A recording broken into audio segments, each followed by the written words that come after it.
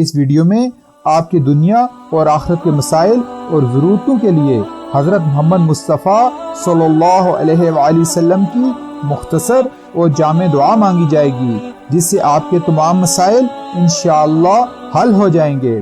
چاہے آپ کی نوکری کا مسئلہ ہو یا شادی کا مسئلہ ہو، مالی تنگی کا مسئلہ ہو یا رزق کی تنگی کا مسئلہ ہو، صحت کا مسئلہ ہو یا کوئی بھی جسمانی بیماری ہو، ذہنی امراض کا مسئلہ ہو، ڈپریشن کا مسئلہ یا اینگزائٹی کا مسئلہ ہو یا نیند نہ آنے کا مسئلہ ہو، چاہے جادو ٹونے کا مسئلہ ہو یا جنات کے اثرات کو ختم کرنے کا مسئلہ ہو، دل کے اطمینان کا مسئلہ ہو، بچوں کو سیدھی راہ پر لانے کا مسئلہ ہو، چھوٹے بچوں پر نظر بد کا اثر ختم کرنے کا مسئلہ ہو، الغرض آپ کی جو بھی حاجات ہوں گی انشاءاللہ اس ویڈیو میں بتائی گئی قرآن اور حدیث کی باتوں کی برکت سے اور دعا سے آپ کے تمام مسائل انشاءاللہ حل ہو جائیں گے۔ میں ہوں ایم احمد، ہم آپ کو اپنے الاسلام چینل میں خوش آمدید کہتے ہیں۔ ہم گزشتہ 30 سال سے ایمان و اعمال کی محنت میں لگے ہوئے ہیں۔ ہماری اس محنت کا مقصد سارے عالم میں حضرت محمد مصطفیٰ صلی اللہ علیہ وآلہ وسلم کا پیغام امن پہنچانا ہے اور لوگوں کے مسائل ایمان و اعمال کے ذریعے اللہ تعالیٰ کی ذات سے حل کروانا ہے۔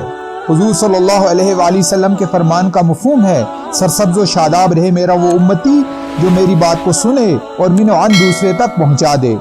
آپ سے گزارش ہے کہ ویڈیو کے نیچے سرخ رنگ کے سبسکرائب کے بٹن کو دبا کر چینل کو سبسکرائب کر لیں اور ساتھ ہی گھنٹی کا بٹن بھی دبا دیں تاکہ ہماری ہر نئی آنے والی ویڈیو آپ کو مل سکے۔ اس سے آپ حضور صلی اللہ علیہ وآلہ وسلم کا پیغام سارے عالم کے انسانوں تک پہنچانے میں حصہ دار بنیں گے۔ اس چینل کی سبسکرپشن فری ہے۔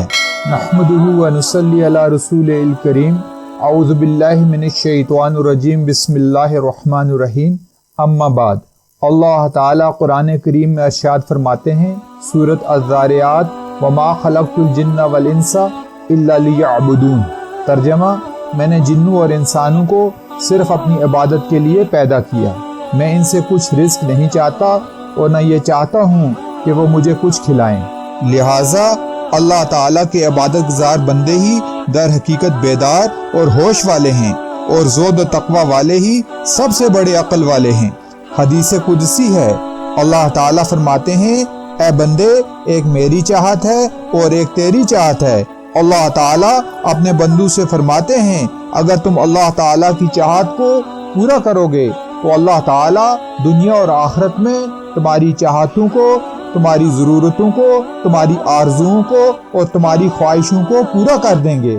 اور اللہ تعالیٰ فرماتے ہیں کہ اے میرے بندو، اگر تم نے اللہ تعالیٰ کی چاہت پوری نہ کی تو تم اپنی آرزوؤں، اپنی خواہشوں اور چاہتوں کو پورا کرنے کی کوشش میں تھکتے رہو گے، مگر بالآخر ہوگا وہ جو اللہ تعالیٰ چاہیں گے۔ اصل چیز دل کا اطمینان ہے اور ذہنی سکون ہے جو صرف اللہ تعالیٰ ہی دے سکتے ہیں۔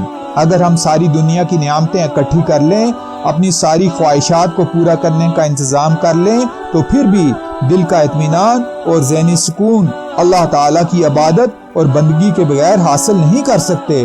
دل کا اطمینان اور ذہنی سکون ہی اس کائنات میں اللہ تعالیٰ کی بڑی نعمتیں ہیں جو صرف اللہ تعالیٰ اپنے نیک بندوں کو عطا فرماتے ہیں۔ اللہ تعالیٰ قرآن کریم میں ارشاد فرماتے ہیں، بے شک اللہ تعالیٰ کے ذکر میں دلوں کا اطمینان ہے۔ اب اگر آپ یہ چاہتے ہیں کہ آپ دنیا اور آخرت میں کامیاب اور کامران ہوں تو آپ کو اور ہم سب کو اللہ تعالیٰ کی چاہتوں کو پورا کرنا ہوگا۔ اللہ تعالیٰ کی چاہتیں در حقیقت ہمارے ہی فائدے کے لیے ہیں اور ہماری ہی کامیابی کے لیے ہیں۔ جب ہم اللہ تعالیٰ کی چاہتوں کو پورا کریں گے تو اس کا انعام اللہ تعالیٰ کی طرف سے یہ ملے گا کہ اللہ تعالیٰ دنیا میں ہماری چاہتوں کو، ہماری ضرورتوں کو، ہماری آرزوؤں کو اور ہماری خواہشوں کو پورا کر دیں گے اور موت کے بعد ہمیشہ ہمیشہ کی زندگی میں کامیاب اور کامران کریں گے۔ اب یہ سوال پیدا ہوتا ہے کہ آپ دنیا اور آخرت کی عظیم الشان کامیابی کیسے حاصل کر سکتے ہیں؟ ان کامیابیوں کو حاصل کرنے کے لیے آپ سے گزارش ہے کہ آپ اس چینل کو سبسکرائب کر لیں تاکہ اللہ تعالیٰ کے مکمل احکامات اور حضرت محمد مصطفیٰ صلی اللہ علیہ وآلہ وسلم کے مبارک طریقے آپ تک پہنچ سکیں، جس پر عمل کر کے آپ دنیا اور آخرت کی عظیم الشان کامیابی کو یقینی طور پر حاصل کر سکتے ہیں۔ نحمدہ و نصلی علی رسول الکریم، بسم اللہ الرحمن الرحیم۔ اس ویڈیو میں ہم آپ کو قرآن اور حدیث کے وہ ارشادات بتائیں گے جو صحیح نیت اور اخلاص کے بارے میں آئے ہیں۔ صحیح نیت اور اخلاص یعنی ہر عمل کو اللہ کی رضا کے لیے کرنا عمل کے قبول ہونے کی بنیادی شرط ہے۔ صحیح نیت اور اخلاص کے بغیر کسی کا عمل اللہ کے یہاں قبول ہونا ناممکن ہے۔ آئیے دیکھتے ہیں کہ قرآن میں صحیح نیت اور ہر عمل کو اللہ کی رضا کے لیے کرنے کے بارے میں کیا احکامات آئے ہیں، اور حضرت محمد مصطفیٰ صلی اللہ علیہ وآلہ وسلم نے صحیح نیت اور اخلاص کے بارے میں کیا ارشاد فرمایا ہے۔ اللہ تعالیٰ قرآن کریم میں سورہ البینہ میں ارشاد فرماتے ہیں، جس کا ترجمہ یہ ہے، اور ان کو اسی بات کا حکم دیا گیا کہ وہ اخلاص کے ساتھ یکسو ہو کر اللہ تعالیٰ کی عبادت کریں، نماز قائم کریں، زکوٰۃ ادا کرتے رہیں، اور یہی مضبوط دین ہے۔ اسی طرح اللہ تعالیٰ سورہ الحج میں فرماتے ہیں، جس کا ترجمہ یہ ہے، اللہ تعالیٰ کو ہرگز ان کا گوشت اور خون نہیں پہنچتا بلکہ تمہارا تقوی پہنچتا ہے۔ اسی طرح اللہ تعالیٰ سورہ آل عمران میں ارشاد فرماتے ہیں، فرما دیجئے اگر تم اپنے سینوں میں چھپاؤ کوئی بات یا ظاہر کرو، اللہ تعالیٰ اس کو جانتے ہیں۔ اب احادیث مبارکہ میں حضرت محمد مصطفیٰ صلی اللہ علیہ وآلہ وسلم نے اخلاص اور صحیح نیت کے بارے میں جو باتیں ارشاد فرمائی ہیں ان کو بیان کرتے ہیں۔ حضرت عمر بن خطاب رضی اللہ تعالیٰ عنہ روایت کرتے ہیں کہ میں نے حضور صلی اللہ علیہ وآلہ وسلم کو فرماتے ہوئے سنا، جس کا مفہوم یہ ہے کہ بے شک اعمال کا دار و مدار نیتوں پر ہے، ہر ایک کے لیے وہی ہے جو اس نے نیت کی، پس جس کی ہجرت اللہ اور اس کے رسول کے لیے ہوگی تو اس کی ہجرت اللہ اور اس کے رسول کے لیے شمار ہوگی، اور جس کی ہجرت دنیا حاصل کرنے کے لیے یا کسی عورت سے نکاح کے لیے ہوگی تو اس کی ہجرت انہی مقاصد کے لیے ہوگی۔ بعض روایات میں اس حدیث کا پس منظر بیان کیا گیا ہے کہ ایک شخص نے ام قیس نامی عورت کو نکاح کا پیغام بھیجا۔ اس نے اس وقت تک نکاح کرنے سے انکار کر دیا جب تک کہ وہ ہجرت نہ کرے، چنانچہ اس نے اس شرط کی وجہ سے ہجرت کر لی اور وہاں جا کر دونوں کا باہم نکاح ہو گیا، چنانچہ صحابہ میں اس کا نام ہی مہاجر ام قیس مشہور ہو گیا۔ اس حدیث کی بنیاد پر علماء کا اتفاق ہے کہ اعمال میں نیت ضروری ہے اور نیت کے مطابق ہی انسان کو اجر ملے گا۔ اگر کسی نیک عمل میں اخلاص کے بجائے کسی اور جذبے کی آمیزش ہو جائے گی تو وہ عمل اللہ تعالیٰ کے یہاں قبول نہیں ہوگا۔ حضرت ام المومنین حضرت عائشہ صدیقہ رضی اللہ تعالیٰ عنہ سے روایت ہے کہ رسول اللہ صلی اللہ علیہ وآلہ وسلم نے فرمایا کہ ایک لشکر کعبہ پر حملہ آور ہوگا، جب وہ بیدا یعنی ہموار زمین میں پہنچے گا تو اس لشکر کے اول سے آخری آدمی تک کو زمین میں دھنسا دیا جائے گا۔ میں نے دریافت کیا کہ یا رسول اللہ صلی اللہ علیہ وآلہ وسلم، کیا ان کے اول و آخر کو دھنسا دیا جائے گا؟ حالانکہ ان میں ان کے عام لوگ اور ایسے لوگ بھی ہوں گے جو ان میں سے نہیں ہیں۔ آپ صلی اللہ علیہ وآلہ وسلم نے ارشاد فرمایا کہ ان کے اول و آخر کو دھنسا دیا جائے گا، پھر اپنی نیتوں کے مطابق وہ اٹھائے جائیں گے۔ اس کی تفصیل میں لکھتے ہیں کہ انسان کے ساتھ اچھا یا برا معاملہ اس کے قصد اور ارادے کے مطابق کیا جائے گا۔ اس سے یہ بھی معلوم ہوا کہ ظلم اور فجور کے مرتکبین کی مصابیت اور ہم نشینی نہایت خطرناک ہے۔ یہ کون سا لشکر ہے اور اس کا وقوع کب ہوگا، اس کا علم صرف اللہ تعالیٰ ہی کو ہے۔ یہ پیشن گوئیاں امور غیب سے ہیں جو نبی پاک صلی اللہ علیہ وآلہ وسلم کے معجزات میں سے ایک معجزہ ہے، جن کے وقوع اور صداقت پر ایمان رکھنا ضروری ہے، اس لیے کہ اس قسم کی پیشن گوئیاں وحی الہی پر مبنی ہیں، یعنی یہ پیشن گوئیاں اللہ تعالیٰ کی طرف سے وحی کے ہونے پر حضور صلی اللہ علیہ وآلہ وسلم نے فرمائی ہیں۔ حضرت عائشہ رضی اللہ تعالی عنہ سے روایت ہے کہ حضرت صلی اللہ علیہ وآلہ وسلم نے فرمایا کہ فتح مکہ کے بعد ہجرت نہیں، لیکن جہاد اور نیت باقی ہے۔ جب تم کو جہاد کی طرف دعوت دی جائے تو فوراً نکل جاؤ۔ یہاں یہ بات قابل ذکر ہے کہ جہاد کا لفظ جوہد سے نکلا ہے، جس کے معنی کوشش کے ہیں، یعنی اعلاء کلمت اللہ کے لیے کوشش کرنا، یعنی دین کو پھیلانے کی کوشش کرنا۔ جو لوگ دینی کتابیں لکھ کر دین کو پھیلانے کی کوشش کرتے ہیں، یہ بھی جہاد ہے، یہ جہاد بالقلم ہے۔ جو لوگ اپنے مال کو خرچ کر کے دین کو پھیلاتے ہیں، یہ بھی جہاد ہے، جو کہ جہاد بالمال ہے۔ اور جو لوگ اپنے آپ کو گناہوں سے بچاتے ہیں، یہ بھی جہاد ہے، جو کہ جہاد بالنفس ہے۔ حضور صلی اللہ علیہ وآلہ وسلم نے نفس کے خلاف جہاد کو جہاد اکبر، یعنی سب سے بڑا جہاد قرار دیا۔ اور اگر کچھ مسلمان دین کو پھیلاتے ہیں اور ان کو دین پھیلانے سے بزور طاقت روکا جاتا ہے، تو اس صورت میں ان روکنے والے لوگوں کے خلاف کوشش کرنا بھی جہاد ہے، جسے قتال یا جہاد بالسیف بھی کہتے ہیں۔ اس کے علاوہ نیکی کی دعوت دینا، تبلیغ کا کام کرنا، یہ بہت بڑا جہاد ہے۔ موجودہ زمانے میں دین کو پھیلانے میں ساری دنیا کے اکثر حصوں میں کوئی رکاوٹ نہیں، بلکہ آج کے دور میں خود مسلمان ہی دین پر چلنے سے انکاری ہیں۔ اس صورت میں غیر مسلموں کو قصوروار ٹھہرانا مناسب نہیں، کیونکہ خود مسلمان ہی قرآن اور حدیث پر عمل کرنے کے لیے تیار نہیں، جس کی ایک مثال سود کا لین دین ہے، جو کہ تمام مسلمان ملکوں میں رائج ہے۔ حالانکہ سود کو اللہ اور اس کے رسول کے خلاف اعلان جنگ کہا گیا ہے۔ الغرض ہم نے مسلمانوں اور غیر مسلموں کو پیار اور محبت سے دین کی دعوت دینی ہے اور پرامن طریقے سے اللہ اور اس کے رسول کے پیغام کو پھیلانا ہے۔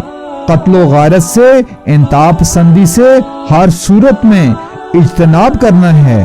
ہم نے یہ نیت کرنی ہے کہ ہم سب ایسی محنت کریں گے کہ سارے غیر مسلموں کو جنت میں لے کر جائیں گے۔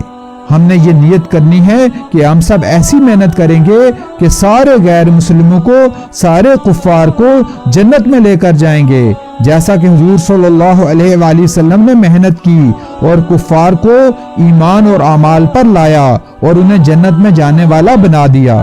اسلام کا پیغام امن کا ہے، نہ کہ قتل و غارت اور دہشت گردی کا۔ ہم سب امن کے علم بردار ہیں۔ ہم سب انسانوں سے محبت کریں گے، کیونکہ سارے انسان آدم علیہ السلام کی اولاد ہیں۔ سارے انسان آدم علیہ السلام کی اولاد ہونے کی حیثیت سے ہمارے انسانی بھائی اور بہنیں ہیں۔ ہم نے اپنے بھائی اور بہنوں سے محبت کرنی ہے، ان سے نفرت نہیں کرنی، اور اچھے اخلاق سے، اچھے اعمال سے اور اچھے کردار سے انہیں دین کی طرف لانے کی محنت کرنی ہے۔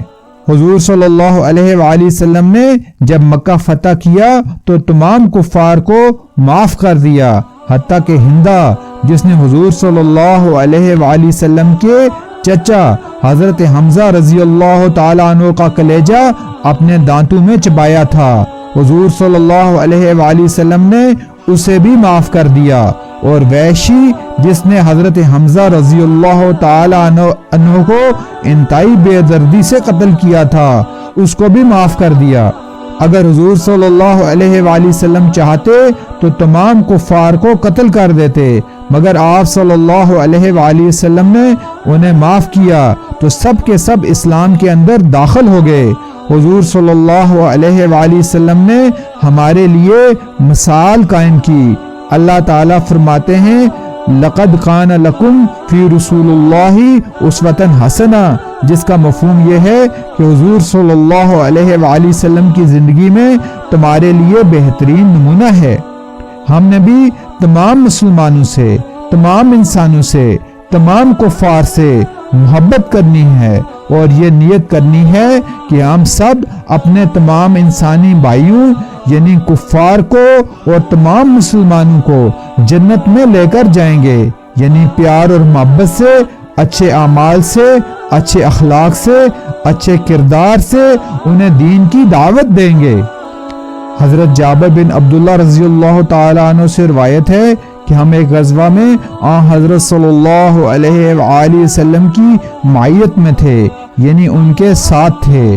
آپ صلی اللہ علیہ وآلہ وسلم نے ارشاد فرمایا، بلا شبہ مدینہ میں کچھ لوگ ایسے ہیں کہ جتنا تم نے سفر کیا اور وادیاں طے کی وہ تمہارے ساتھ اجر میں شریک ہیں، ان کو بیماری نے آنے سے روک دیا۔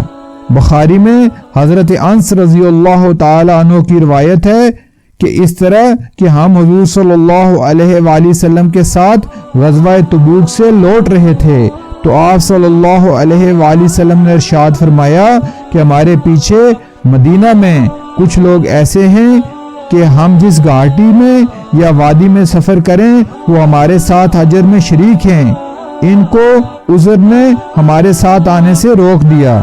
اس سے معلوم ہوا کہ اگر دل میں دین کو پھیلانے کی نیت ہو اور دین کو پھیلانے کا جذبہ موجود ہو لیکن کسی شرعی عذر کی وجہ سے شرکت نہ کر سکتا ہو تو اللہ تعالیٰ اسے گھر بیٹھے ہی دین کے پھیلانے کا اجر و ثواب عطا فرمائیں گے۔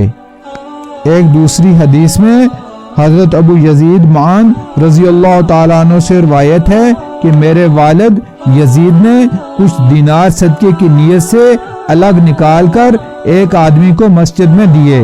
میں مسجد میں آیا اور اس آدمی سے وہ دینار لے لیے اور والد کے پاس آیا۔ اس پر انہوں نے کہا کہ اللہ کی قسم میں نے تجھے دینے کا ارادہ نہیں کیا تھا، چنانچہ میں نے اپنا جھگڑا حضرت صلی اللہ علیہ وآلہ وسلم کی خدمت میں پیش کیا۔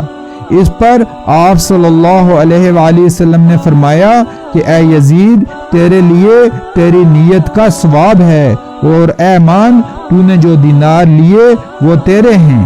اس سے معلوم ہوا کہ اگر صدقہ غیر ارادی طور پر محتاج بیٹے کے ہاتھ میں آ گیا تو اسے واپس لینے کی ضرورت نہیں، کیونکہ باپ نے تو کسی مستحق کو دینے کی نیت کی تھی، اسے اس کی نیت کے مطابق صدقے کا اجر مل گیا۔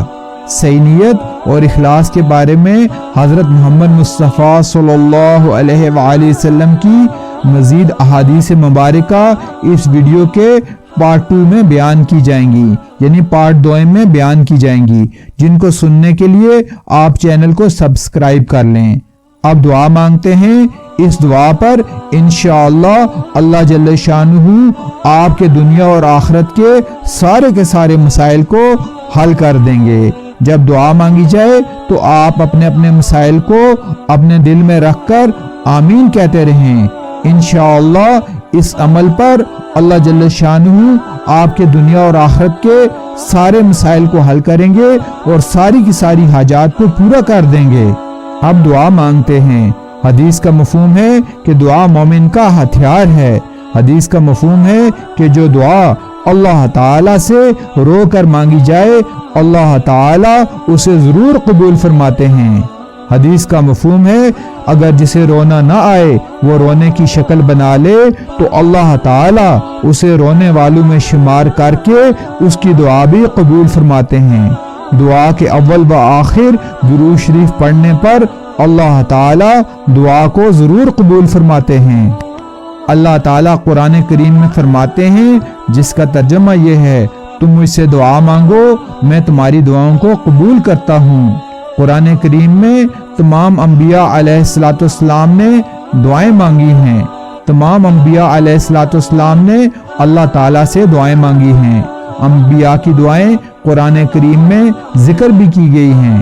حدیث کا مفہوم ہے جسے اللہ تعالیٰ سے دعا مانگنے کی توفیق مل گئی اس کے لیے خوش قسمتی کے دروازے کھول دیے گئے۔ دعا مانگنا عین عبادت ہے۔ جو شخص اللہ تعالیٰ سے دعا نہیں مانگتا اللہ تعالیٰ اس سے ناراض ہو جاتے ہیں۔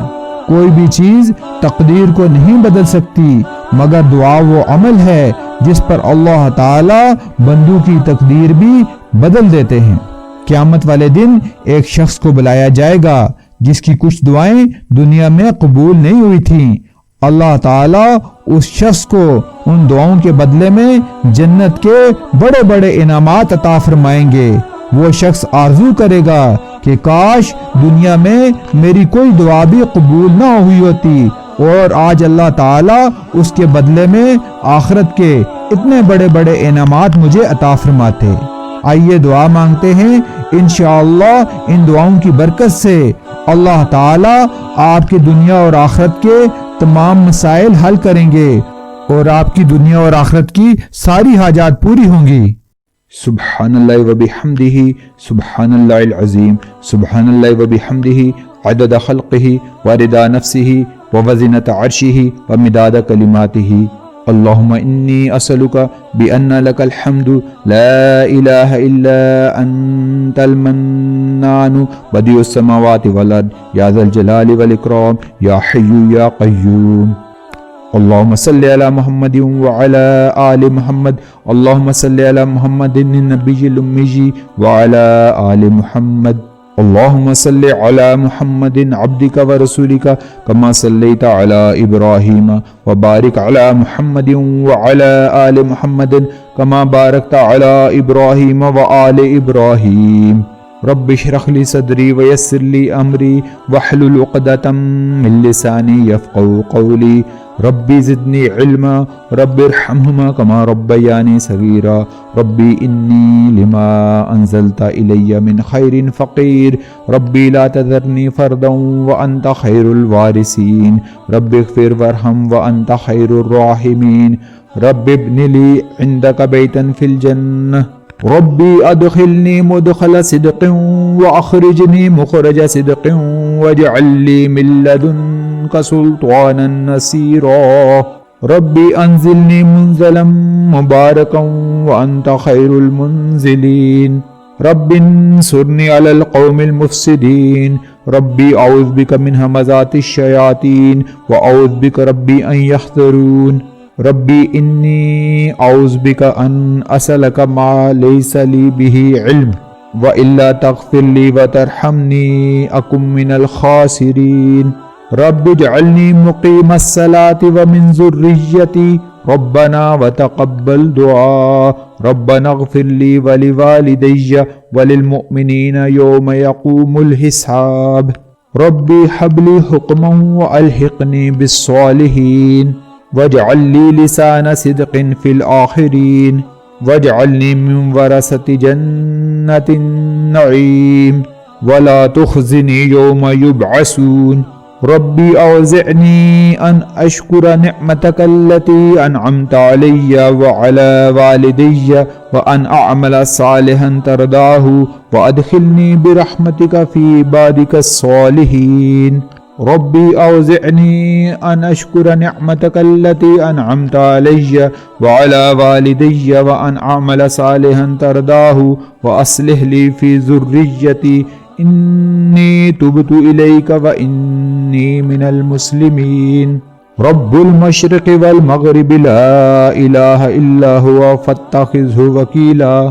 ربنا آتنا فی الدنیا حسنة وفی الآخرة حسنة وقنا عذاب النار۔ ربنا آتنا من لدنک رحمة وہیئ لنا من امرنا رشدا۔ ربنا علیک توکلنا وإلیک انبنا وإلیک المصیر۔ ربنا آمنا بما انزلت واتبعنا الرسول فاکتبنا مع الشاہدین۔ ربنا اتمم لنا نورنا واغفر لنا انک علی کل شیء قدیر۔ ربنا هب لنا من ازواجنا وذریاتنا قرۃ اعین واجعلنا للمتقین اماما۔ ربنا افرغ علینا صبرا وتوفنا مسلمین۔ ربنا افرغ علینا صبرا وثبت اقدامنا وانصرنا علی القوم الکافرین۔ ربنا لا تجعلنا فتنة للقوم الظالمین ونجنا برحمتک من القوم الکافرین۔ ربنا لا تزغ قلوبنا بعد اذ هدیتنا وهب لنا من لدنک رحمة انک انت الوهاب۔ ربنا اننا آمنا فاغفر لنا ذنوبنا وقنا عذاب النار۔ ربنا ظلمنا انفسنا وان لم تغفر لنا وترحمنا لنكونن من الخاسرین۔ ربنا اغفر لنا ذنوبنا وإسرافنا في أمرنا وثبت أقدامنا وانصرنا على القوم الكافرين ربنا إننا سمعنا مناديا ينادي للإيمان أن آمنوا بربكم فآمنا ربنا فاغفر لنا ذنوبنا وكفر عنا سيئاتنا وتوفنا مع الأبرار ربنا اغفر لنا ولإخواننا الذين سبقونا بالإيمان ولا تجعل في قلوبنا غلا للذين آمنوا ربنا إنك رؤوف رحيم ربنا وآتنا ما وعدتنا على رسلك ولا تخزنا يوم القيامة إنك لا تخلف الميعاد ربنا اصرف عنا عذاب جهنم إن عذابها كان غراما إنها ساءت مستقرا ومقاما ربنا ما خلقت هذا باطلا سبحانك فقنا عذاب النار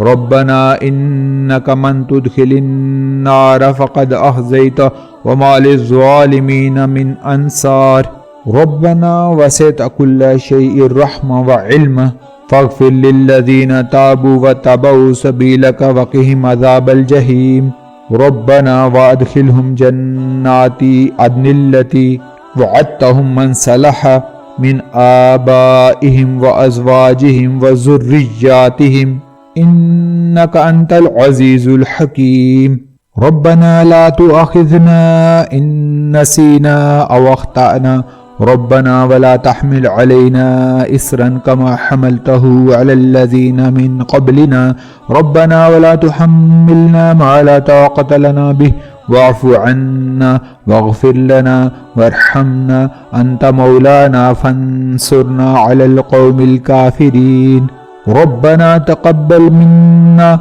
إنك أنت السميع العليم أعوذ بالله أن أكون من الجاهلين إنما أشكو بثي وحزني إلى الله أني مسني الضر وأنت أرحم الراحمين أني مسني الضر وأنت أرحم الراحمين لا إله إلا أنت سبحانك إني كنت من الظالمين حسبي الله لا إله إلا هو عليه توكلت وهو رب العرش العظيم فاطر السماوات والأرض أنت وليي في الدنيا والآخرة توفني مسلما وألحقني بالصالحين اللهم مالك الملك تؤتي الملك من تشاء وتنزع الملك ممن تشاء وتعز من تشاء وتذل من تشاء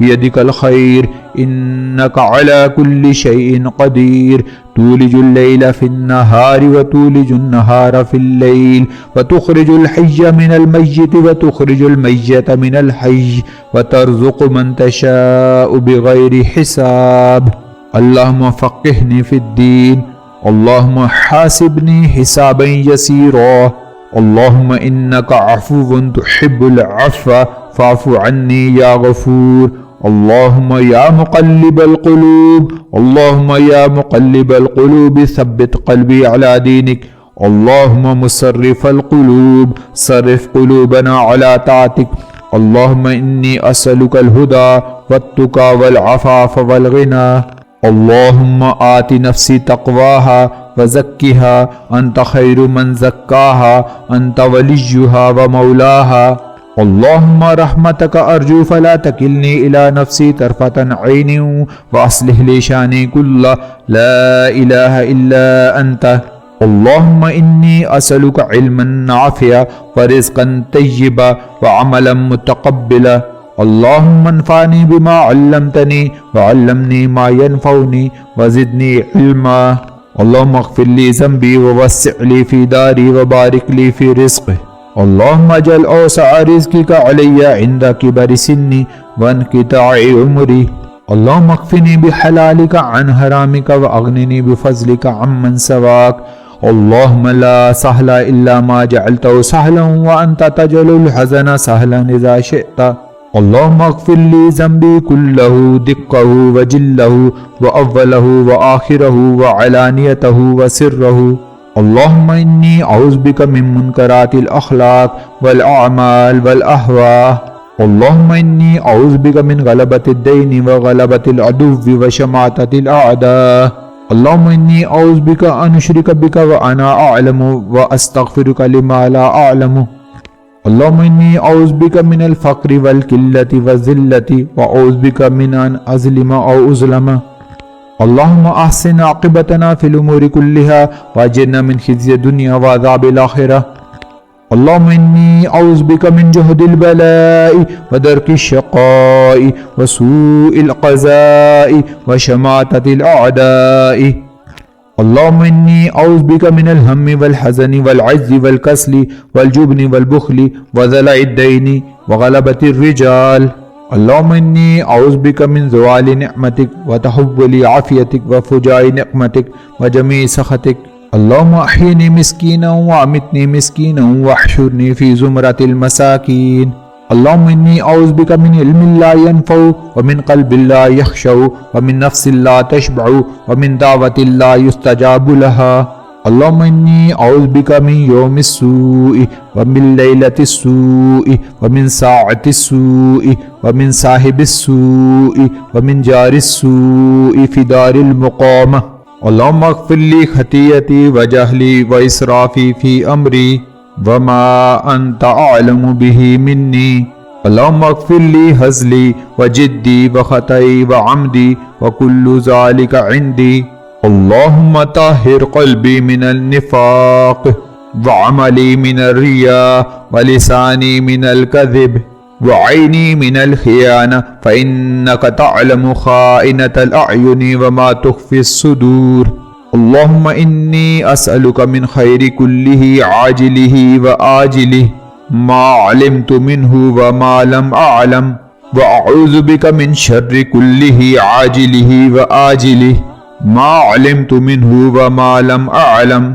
اللهم إني أسألك من خير ما سألك عبدك ونبيك وأعوذ بك من شر ما عاذ به عبدك ونبيك. اللهم إني أسألك الجنة وما قرب إليها من قول أو عمل وأعوذ بك من النار وما قرب إليها من قول أو عمل وأسألك أن تجعل كل قضاء قضيته لي خيرا. اللهم إني أعوذ بك من البخل وأعوذ بك من الجبن وأعوذ بك أن أرد إلى أرذل العمر وأعوذ بك من فتنة الدنيا وأعوذ بك من عذاب القبر. اللهم إني أعوذ برضاك من سخطك وبمعافاتك من عقوبتك وأعوذ بك منك لا أحصي ثناء عليك أنت كما أثنيت على نفسك. اللهم اغفر لي ما قدمت وما أخرت وما أسررت وما أعلنت وما أسرفت وما أنت أعلم به مني. أنت المقدم وأنت المؤخر لا إله إلا أنت. اللهم ارزقني حبك وحب من ينفعني حبه عندك. اللهم ما رزقتني مما أحب فاجعله قوة لي فيما تحب. اللهم وما زويت عني مما أحب فاجعله فراغا لي فيما تحب. اللهم إني أعوذ بك من التردي والهدم والغرق والحريق وأعوذ بك أن يتخبطني الشيطان عند الموت وأعوذ بك أن أموت في سبيلك مدبرا وأعوذ بك أن أموت لديغا. اللهم أصلح لي ديني الذي هو عصمة أمري وأصلح لي دنياي التي فيها معاشي وأصلح لي آخرتي التي فيها معادي واجعل الحياة زيادة لي في كل خير واجعل الموت راحة لي من كل شر. اللهم اجعل حبك أحب الأشياء إلي واجعل خوفك أخفف الأشياء إلي واقطع عني حاجات الدنيا بالشوق إلى لقائك. وإذا أقررت أعين آل الدنيا من دنياهم فأقرر عيني من عبادتك. اللهم إني أسألك فعل الخيرات وترك المنكرات وحب المساكين وأن تغفر لي وترحمني. وإذا أردت فتنة في قوم فتوفني غير مفتون. وأسألك حبك وحب من يحبك وحب عمل يقربني إلى حبك. اللهم رب جبرائيل وميكائيل وإسرافيل فاطر السماوات والأرض عالم الغيب والشهادة أنت تحكم بين عبادك فيما كانوا فيه يختلفون اهدني لما اختلف فيه من الحق بإذنك إنك تهدي من تشاء إلى صراط مستقيم. اللهم إني أعوذ بك من العجز والكسل والجبن والبخل والهرم والقسوة والغفلة والعيلة والذلة والمسكنة وأعوذ بك من الفقر والكفر والفسوق والشقاق والنفاق والسمعة والرياء وأعوذ بك من السمم والبكم والجنون والجذام والبرس وسيء الأسقام. اللهم إني أعوذ بك من جار السوء ومن زوج تشيبني قبل المشيب ومن ولد يكون علي ربا ومن مال يكون علي عذابا ومن خليل ماكر عينه تراني وقلبه يرعاني وإن رأى حسنة دفنها وإن رأى سيئة أذاعها.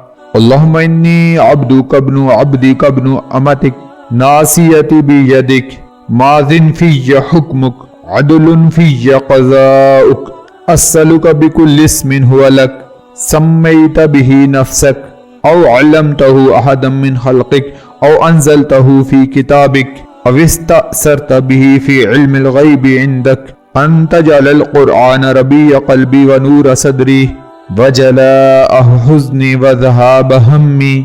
اللهم اجعل في قلبي نورا وفي بصري نورا وفي سمعي نورا وعن يميني نورا وعن يساري نورا وفوقي نورا وتحتي نورا وأمامي نورا وخلفي نورا واجعل لي نورا وفي لساني نورا وعصبي نورا ولحمي نورا ودمي نورا وشعري نورا وبشري نورا واجعل في نفسي نورا وأعزم لي نورا. اللهم أعطني نورا ربي أعني ولا تعن علي وانصرني ولا تنصر علي وامكر لي ولا تمكر علي واهدني ويسر لي الهدى وانصرني على من بغى علي. رب اجعلني لك شكارا لك ذكارا لك رهابا لك مطواعا لك مخبتا إليك أوها منيبا. رب تقبل توبتي واغسل حوبتي وأجب دعوتي وثبت حجتي وسدد لساني واهدي قلبي واسلل سخيمة صدري.